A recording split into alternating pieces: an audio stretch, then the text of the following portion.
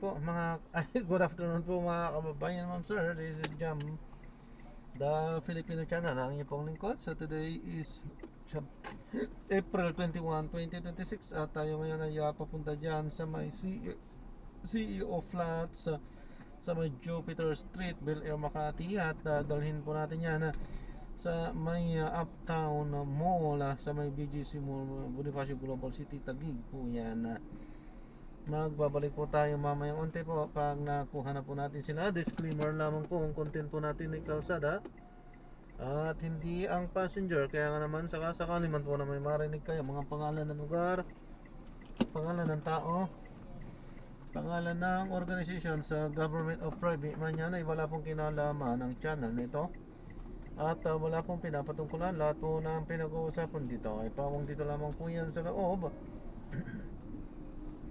At wala pong pinapatungkulan sa labas. Magbabalik po tayo mamaya konti pag nakuha na po natin sila.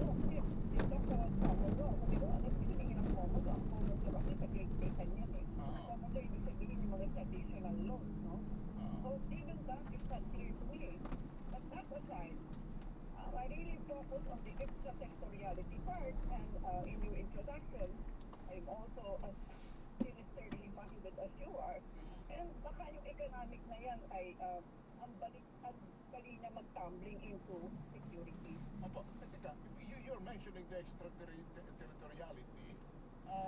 In other words, kung mangyari po ito at na maitayo na ito, ang control ito 100% is to the US government because they're just extending their embassy function.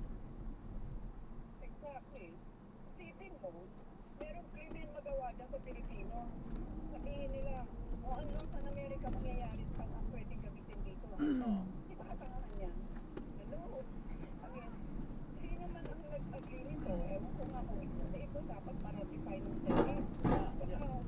I was about to ask you, kailangan ba ng ratification ng Senado po rito bago ito formally itayo? Sapagkat di na po ito'y isang kasunduan na pinasok na po ng ating pong gobyerno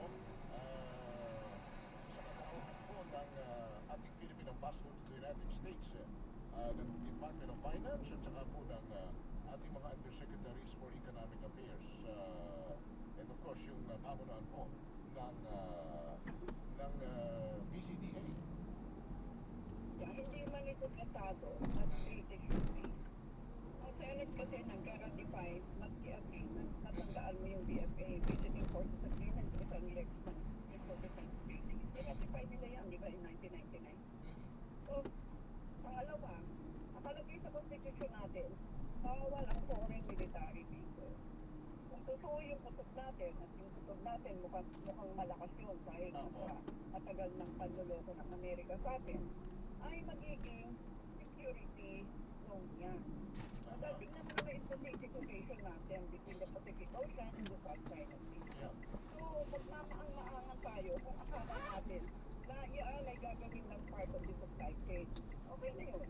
But even that, I mean, kung baka kung gagawin nila yan at makikipag-contact Hindi naman ito pa.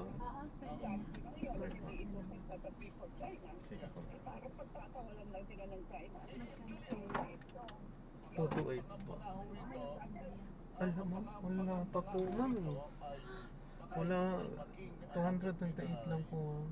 I-Gcash nyo lang po ma'am. Wala ma'am eh. Wala pa po. Yan, so na-drop na natin sila. Maraming salamat po.